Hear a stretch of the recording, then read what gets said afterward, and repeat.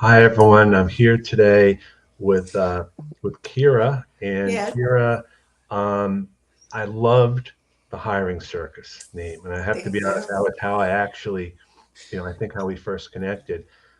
This is going to be a little bit different LinkedIn Live than we've had in the past, in a good way, I hope, because a lot of times we just talk about job search and we talk about best practices and do I do a resume here, do I do a LinkedIn here, and all that. And Kira, you do something, and you do something called the hiring circus, and you actually put videos, and I've seen your YouTube and the like. So I would love to know a little of the background as to how you even got into this, because I know a lot of the people in the audience are going to be able to understand that. Yeah, I mean, I started as a frustrated job seeker, just like everybody else. And I was in the job market, couldn't get an interview. And I just thought, wow, things have changed. Because like 10, 15 years ago, it did not take months. I would apply for one or two jobs and get an interview, and that would be it. And I just started wondering what the heck is going on. So I started doing research, like I'm sure a lot of your viewers do, and watching these lives and things like that. And it would be things like you need to match your resume to the job description. You need to have these keywords. And I just thought, what? What has happened? And so the more I got into it, the more I thought, wow, this is bizarre. And I have some funny stories to share. And nobody else seems to be doing that. So yeah, check it out. Well, I think for me, one of the biggest challenges has been kind of going against the grain with stuff. For sure, I think it makes a big difference. I know when I do networking events and things, um, I said, look, there are things you can't control. You can't control ghosting, you can't control the age discrimination, et cetera, but Yeah. look at it in a positive way. So I just want to do some call outs to people here. I don't know if you know Steve Carberry or not. Yes. Um, Deborah Yeah. Watkins and Dean Artek is from my New Jersey group, and Christopher Dixon's very frustrated. So let's why don't you talk first a little bit about what some of your videos have been like, or just as a background.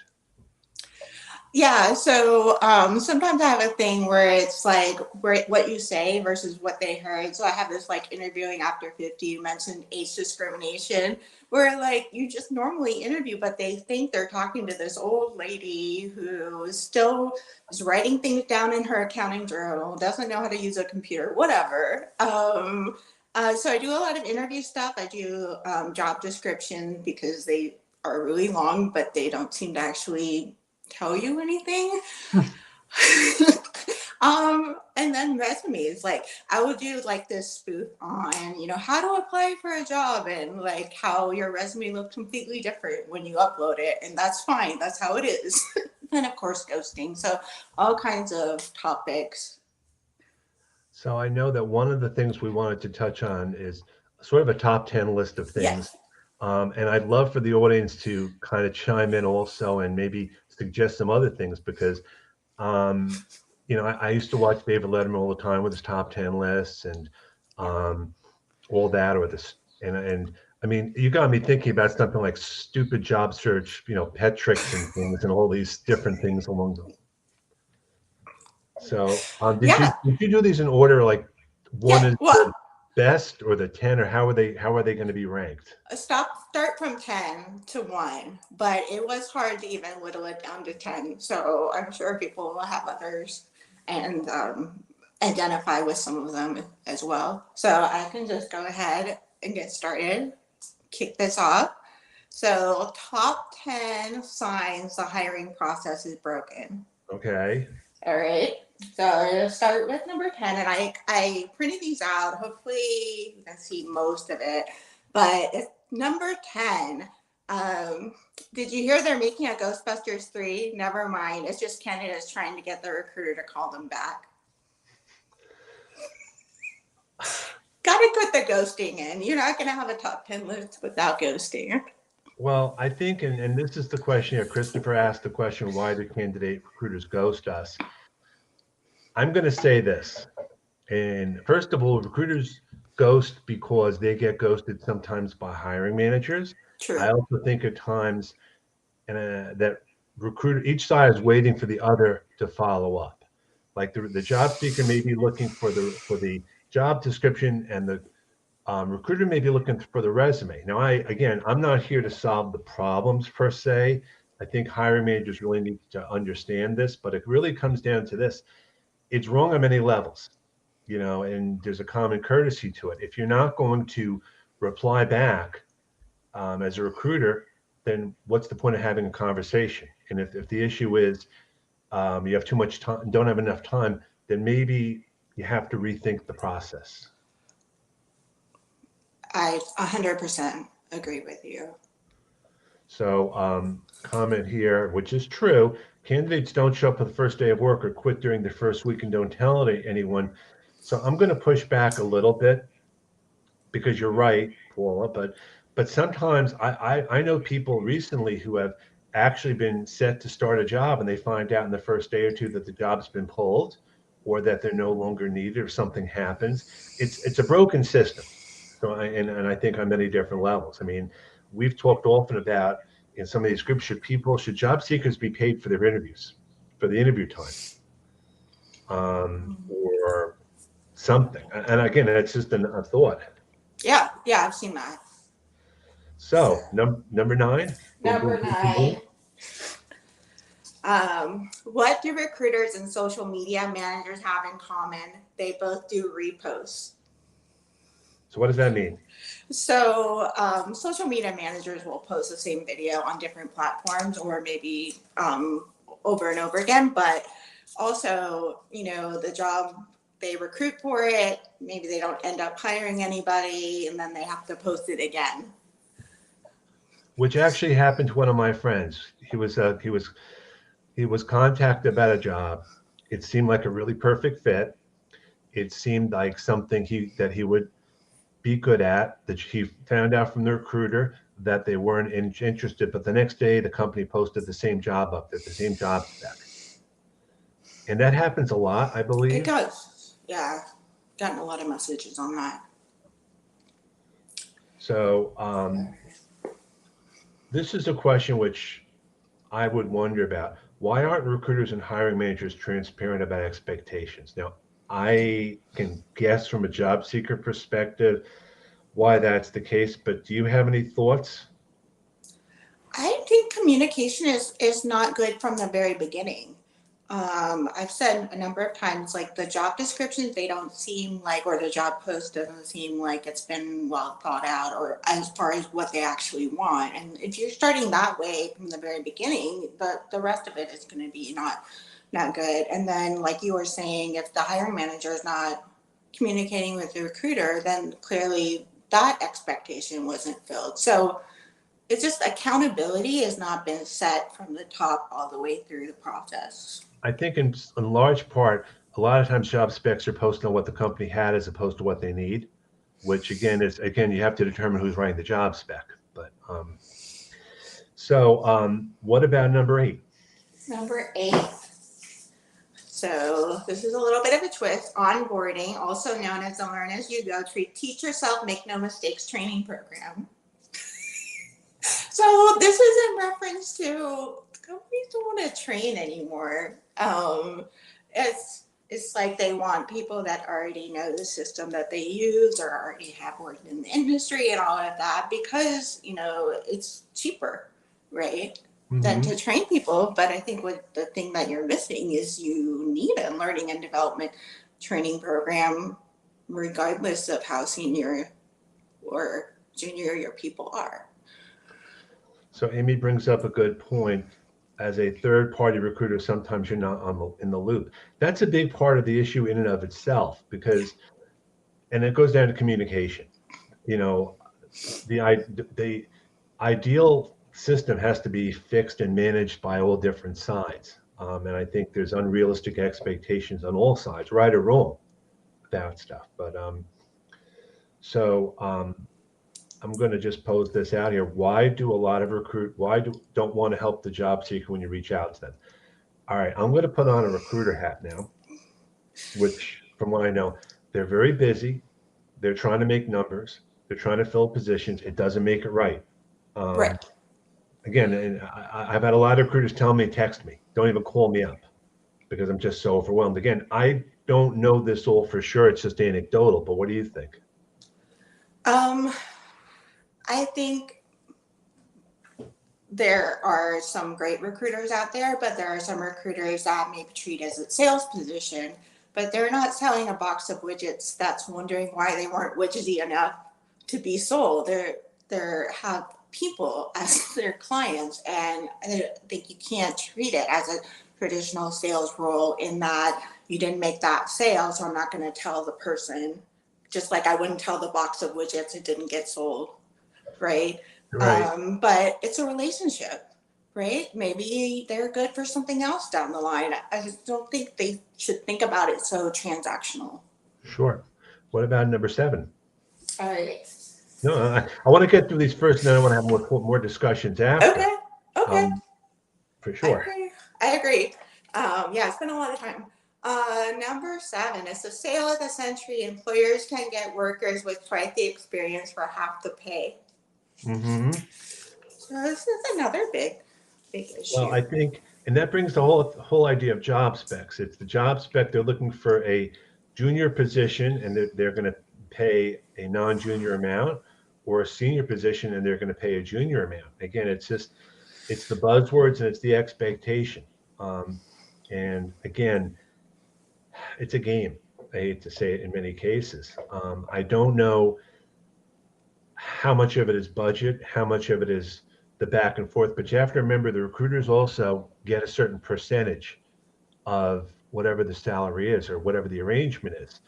So, when you work with a recruiter, sometimes they talk about a range. That range is also predicated on what they may be getting on top of that.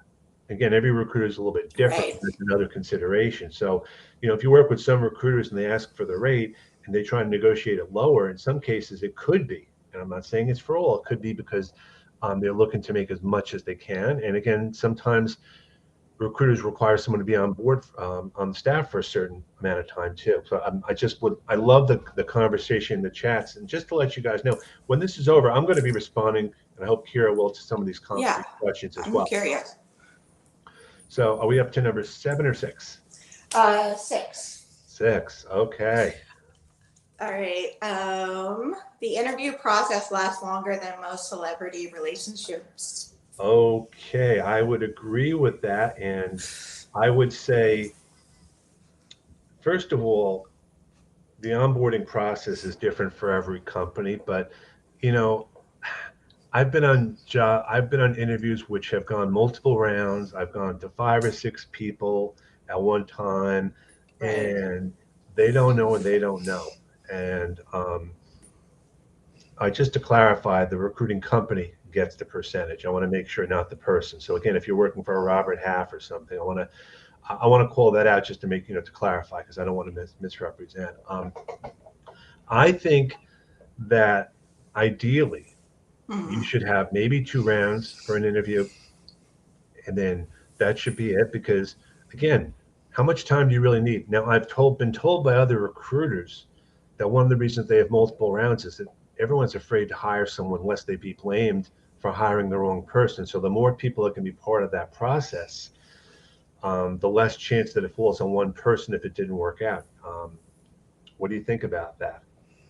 Yeah, I think it's definitely a risk averse, and I think increasingly people or companies make decisions by committee, which definitely slows things down, whether it's interview or not.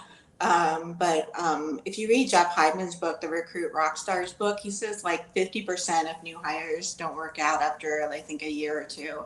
So it's not even better than a coin flip at this point. Well, I think the question is, why don't they work out? Now, it could be all different reasons. I mean, I Mm, think yeah. when I was interviewing, I used to go with my gut a lot of times. And what I've also found is the case is, I think a lot of people don't know how to interview other people. Absolutely. I never got any interview training before I Right. started an interview. It was just don't ask these questions, and that was it. And that's terrible. I mean, people need more guidance than that. Yeah, and I think even I've also been led to believe by some the hiring managers sometimes are just as nervous about interviewing as the people that they're interviewing. because they don't have the experience and they're afraid to make a mistake. Now, none of this is just a conversation. I think that it's important to know going in. I mean, I love talking about this in a way like this because I think it would probably, a lot of people can relate to that.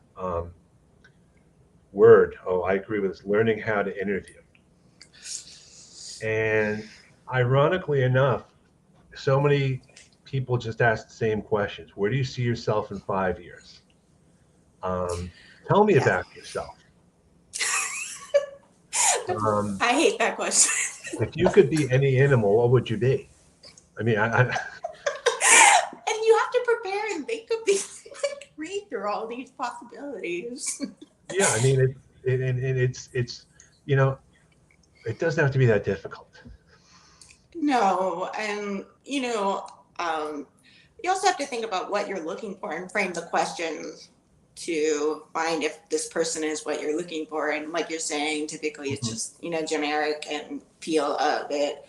When sometimes people that are the best interviewers that just can talk really well, not necessarily the best people for the job. Is that the other complaint that I have is that some people are just not great at interviewing. It's not something they do all the time. Maybe they do once every 10 years. And it's really about the person, not the performance. I think sometimes they ask these questions to see how you'll respond or if you'll respond. Oh, yeah, I have seen that. It's like, we want to see how you are when you're nervous, or I don't know. Yeah, I don't know. Or even sometimes like I'll tell people that are interviewing, if you're not sure, just ask them to repeat the question, give yourself time to exhale, don't just jump right in, so you can think about it. Because again, they ask these questions, and you have to be prepared with your story.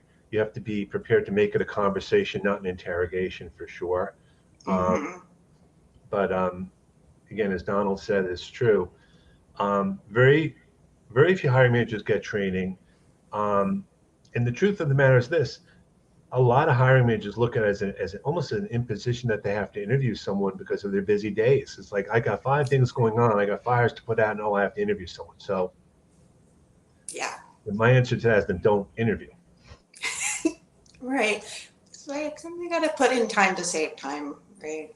So Alex Freund, who's an interview coach, the interview is about three skills: skills, trust, and chemistry with the interview. Do you agree with that? That it's skills, trust, and chemistry? Um, I guess I'm hesitant on the chemistry because I do try to build a rapport when I'm the one interviewing. Mhm.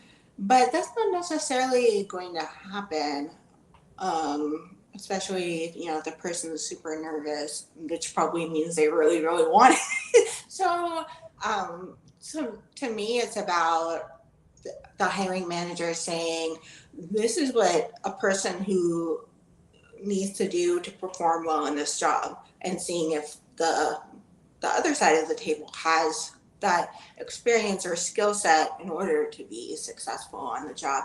I don't I don't know that you can necessarily count on chemistry or performance, or Well, I mean it's nice, you want but to build a relationship for sure. yeah. And one thing that I'm sorry that Alan put in, you can answer. That's a good question to buy yourself some time. Oh yeah. That's You really have to breathe and take a minute. To me it's hard for me to think of stories, so I write them all down. That's the other thing. It's like I'm not a think on the tip of my feet, tip of my Oh, head. and I'm going to put a few comments up for everyone else here. I'm loving the conversation here. This is awesome. I love Um, this. I understand some reasoning behind search committees. So, how can they make an accurate decision about a candidate without knowing the skills, nuances, and language? I mean, I it's almost like you have to assign people what they're going to evaluate based Hmm. on their skill set, right, and their knowledge, right, and can't just throw people at them. So, this is too many people say recruiters are busy. So, who isn't? And that's true. I mean, busy is such a relative thing. I've always maintained, you know, you make time for what's important. And if you don't really have the time to interview someone well, then what's the benefit? Yeah. So we up to number five now? I'm We're losing on track. number 5. Oh, I think you're gonna. Oh no, sorry. The one I think you're really gonna like is number 3. But let's go to Okay, well, number I'm 5. excited. Okay. The hiring manager makes you an offer you can't refuse and then refuses to honor it. So this is the not so great trend that we're seeing lately.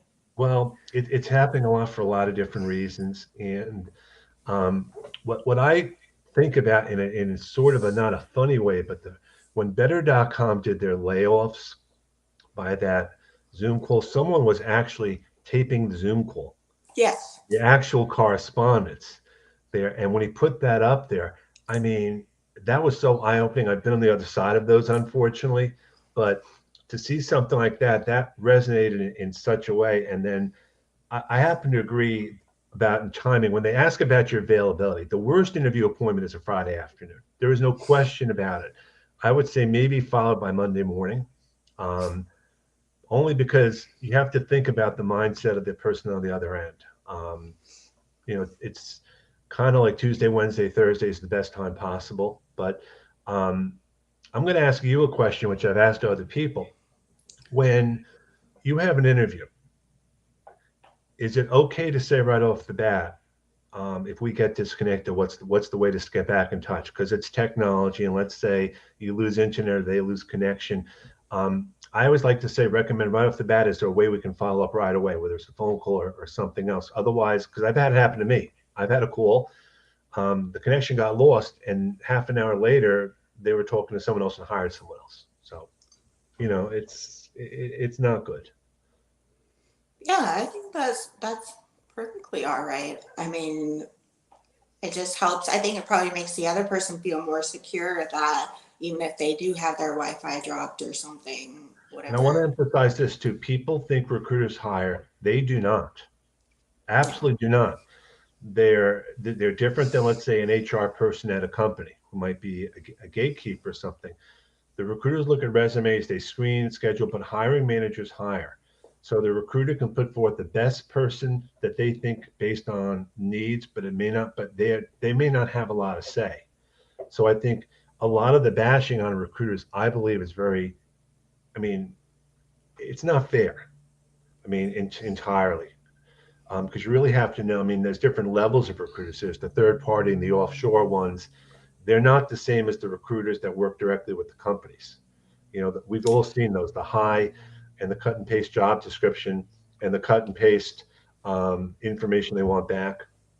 So I think that's part of the understanding is understanding what the differences are, I think, between recruiters for sure. Yeah, I mean, definitely you should, understand the roles of each of the parties. I think the hiring managers should hold up the recruiters to a higher standard. If I'm the hiring manager at Apple and I find out the recruiter is not calling people back or, you know, um, whatever, just mistreating them or asking improper questions, I, definitely want them to step up and not do anything unethical. So what do you think? So it's number four coming up. Okay. Number four. You're gonna, okay. Um, Job descriptions are now longer than CVS receipts. Now you work at CVS. That's I where do. they're I from. do. I'm poking fun at myself. And if you've gone to CVS, you know what those receipts can look like. Yep. So, and I have to agree. I mean, I'll look at a job description and it's the wish list and it's probably put together by two or three or four people. But again, it's people not communicating with each other about what's needed. I mean, um, you know, Marty Latman tells us the story as a career coach here. They were looking for an accounting position and they put in the specs that they needed certain types of certification when they really didn't, but that's They what they just thought want they needed. right. Yeah. Right. Just put it out there. See if there's somebody. But then how many people did you miss out on because you put things like that? And yes, CVS receipts are a mile long. I mean, Now, why is that the case, though? Any idea? I don't work in the retail. I don't know. But it's very true. But even when you get receipts, you know, and that brings up the whole thing. I mean, receipts now. Why don't we just get them emailed to each other and save the paper and save the planet? But that's a whole different discussion. Yes. So Another the next one time. is number four now, or is it the three I'm Number going to? three, I think you're gonna like this one based on our conversation earlier. So, Well, I have let a me hard reduce time this here remembering so we where can to do all see it. it. Okay. Okay. Hiring managers are like toddlers. They ask recruiters to give them ice cream and then complain it's too cold. That's funny. I mean, um, I've never been a recruiter per se, but I've listened in on some of the calls, I think, and hiring managers just don't know what they want sometimes, maybe. I think, and it's true what Brad says, they're looking for unicorns, pink frogs, pink this, pink that. It's just the whole mindset. Um, and the discussion, as much as we all want to talk about, I wish there was a way around it. I mean, because then what you have people then just kind of parsing the resume to fit the job description and the LinkedIn profile and all that. And then it turns out they may or may not have the skills, but they got to the interview. And, you know, I don't, I don't know. There's so many points in the process that it's breaking down, which is why it's great to have a top 10 list. Well, it's also great to be able to see these videos. I recommend you go to Thing. Kira's, I guess you have a YouTube channel I have a or, YouTube and a TikTok. They're both at the hiring circus. and I think because I mean, I got a kick out of a couple of them right off the bat. I mean, because I can so relate to them, and it's just such a great. So this is interesting here. I was a hiring manager. I had no input in the job description. Only HR and upper management did that, and I can believe that for sure, because you know it's based on budget. It's based on maybe what the number is, the job rec number is, and the budgeting. And by the time it gets down to a hiring manager, depending, especially in a large company, they do have limits, and that's why I think it's so important to at least recognize and acknowledge this, even if it's in a funny way. Mm-hmm. So, Yep. number two, Okay.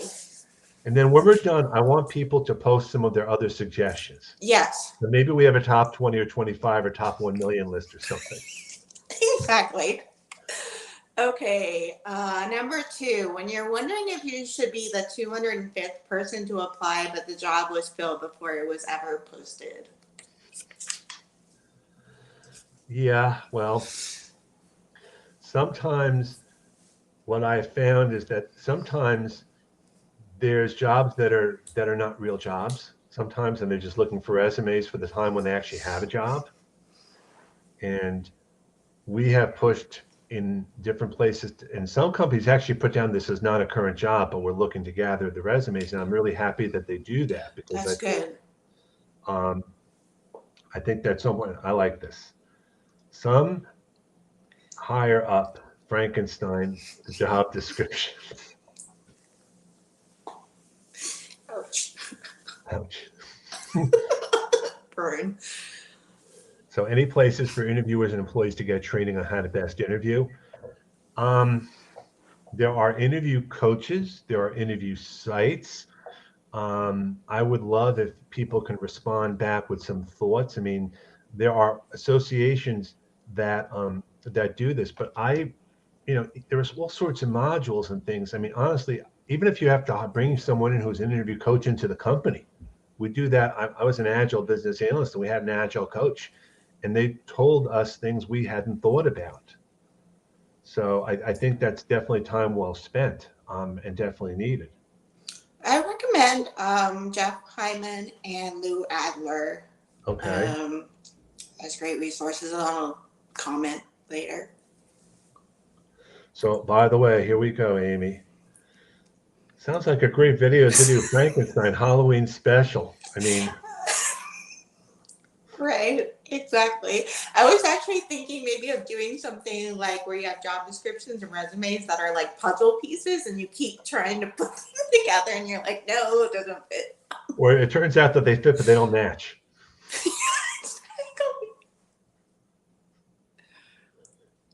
So, All right. so here actually, it's City actually had a 2-day course and had an interview.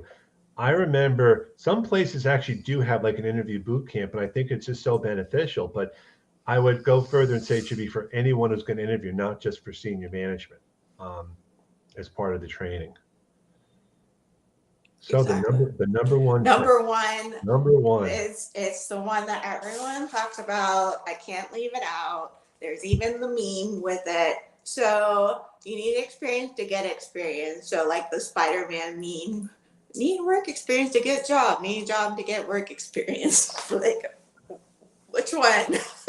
well, and that's, I mentored a local university, and the students getting out of school, like, I don't have 3 years experience on a job that's an entry level job. Well, it's called an entry level job for a reason. So, um, and this is true with Alex. He had 4-day full training, had an interview, and that's actually his job now. To He actually does interview coaching. And Lynn Williams, who's out in Philly, she mentioned a link, and which is greatcareers.org. I would say, if nothing else, to be to recognize what the limitations are. I mean, as job seekers, we have very little control over things, in terms of what goes in, and having fun with it every once in a while. It feels good to have fun with it. Yeah, it's a lonely process, right? Because you're out there applying by yourself. So I just thought, we would have like a community where we can kind of laugh and cope through it together because we're all experiencing these things and wondering if it's Sure. only us. So, what other top tips would you guys like to be included? I'd love to get a sense as what it would be. I mean, my favorite thing in a job spec is when they put all the information in, and they reach out to people that don't meet the expectations, whether it's location or industry or something, just because they have some of the words in there. And I think that makes a big difference. So I have a client, they want 3 to 5 years experience as a recruiter. That's hard to find. And I have no doubt that it is. And also experienced at entry level salary. Yeah, Um, that's a big one. Now, there are some senior people who might be willing to work for less based on their situation, but right. that's an individual thing. So now, while we're waiting, I'm going to think about some things that I would like to put in the list. Um, my favorite one is when I ask how long it's going. When can I get back to you? And then they say we can get back to me in a week. And a week goes by. Who are you? I forgot about you. I don't know who you are. Um, or again, all right. Any opinions about interviewing with the bot? Okay, you're not real. I'm Yeah. interviewing. I'm interviewing a bot. So do you have a fun with that? Like trying to do like a video about I'm the bot on the other end, and I don't know. I haven't, and I should. I've only had one experience of interviewing with a bot, and it was actually two. Well, it was very frustrating because it's technically difficult because it would say like read the question, okay, you have 10 seconds to answer. You maybe can re-record it one time and or you don't get through your answer through the whole thing. To me it's just a disaster. There's where maybe artificial intelligence will be there at some point, but nowhere near where it needs to be to do any kind of task like that. I'd like to see a bot interview a bot personally. I I would. okay, you're gonna love. Okay, go ahead. Okay, Sorry. go ahead. You go ahead. Go ahead. There is a website that's about to launch that is makes a resume using AI. So you could have a resume made by a bot being evaluated by a bot. And I mean, I don't think that's progress. No, I Personally. don't think it is. It's a recognition, though, unfortunately, about things that are out there. So, um, I've had the hiring manager bought lunch. It eases the candidate's nerves much better for them. I mean, I think the challenge is this with anything. It's you want to make things better and you want to improve on things, but you have your limitations. I mean, I really try to understand the process. I really try to understand the challenges, and especially now with more and more layoffs. I mean, it's going to happen. And then there's I've had job seekers tell me that they had an offer, but they have another offer just in case that first offer falls through, and that's a horrible situation for a recruiter or a hiring manager to deal um, with that stuff. But it is so much fun. Is there a favorite video that you've done, or that was?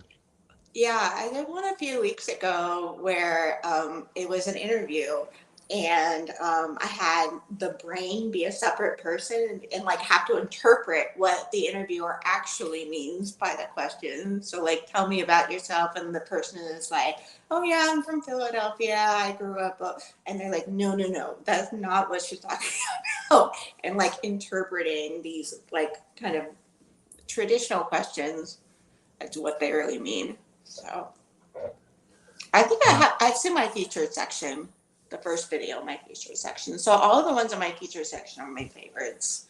If you're well, interested. what I found out once when I was on a panel interview, and I found this out actually after I got hired by the company, is that one of the people there was a good cop, bad cop, was supposed to be the bad cop, was a bad cop to try to trip me up, to get me to say Oh something wow. that I would regret, and to make me not want to be there. And afterwards, they told me, they said, you know, we brought her in on purpose. And I'm like, why? It's not a game. Exactly. Yeah. That just you walk away with an awful feeling, right? Well, I've actually learned to get even a little bit because now that I'm not, I mean, without mentioning names, I talk about some of this stuff because as much as job seekers want to post out there that they're looking for a job and looking for this, they don't really want to say too much about their history because of the perception. Um, and that's something to be, you know, to be aware of. I've actually gone so far as to say that people now should maybe think twice about connecting with their bosses and people at the companies, especially if they're passively looking, because that's just not really something that makes sense. I mean, this all changes. So, how many views have some of your videos been getting? I saw some of them were really, really well seen. Yeah, I think I would probably like 2000 is my highest or Hmm. something like that. It takes a long time, to like build that Well, audience. So to me, it's not really about the numbers. It's about like people message me and say like, I totally get that. That made me laugh. Made me had a good day today. would you be looking for any actors or actresses from all of us to join you in a future video? Yeah, I do. I have made some collaborations. So I love doing that because it's more fun, doing it with other people. I think will be great. You may have done this, is the interview questions and then responding back with something that doesn't make any sense or I Yeah, I have done that. I think it's I forgot what I called it, but I did it with Jake Harrell, who's the funniest lean guy. He's great. And so he asked me like ridiculous questions. you know, and it's funny because last week, and this could happen in an interview too, when I had my speaker on, her son came into the room. Her 7-year-old son came into the room wanting some popcorn popped during the interview, during us talking, and we just went with it.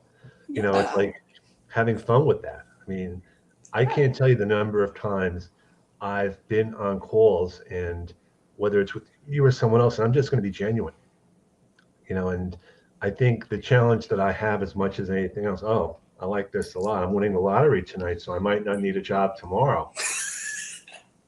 And that was actually before that. Where do you see yourself in 5 years? Well, if I could predict the future, I play the lottery and win and not interview anymore. So that's, I mean, I think this has been such a great conversation. I really do. I Yeah. mean, I thank you so much for bringing the good vibes and the levity and all that. And um, I look forward to staying in touch. definitely keep me in mind if you have another thing, another YouTube video or something, or if you're going to do it somewhere else. But I want to thank everyone for attending and have a great day. Yes, thank you. Stay safe.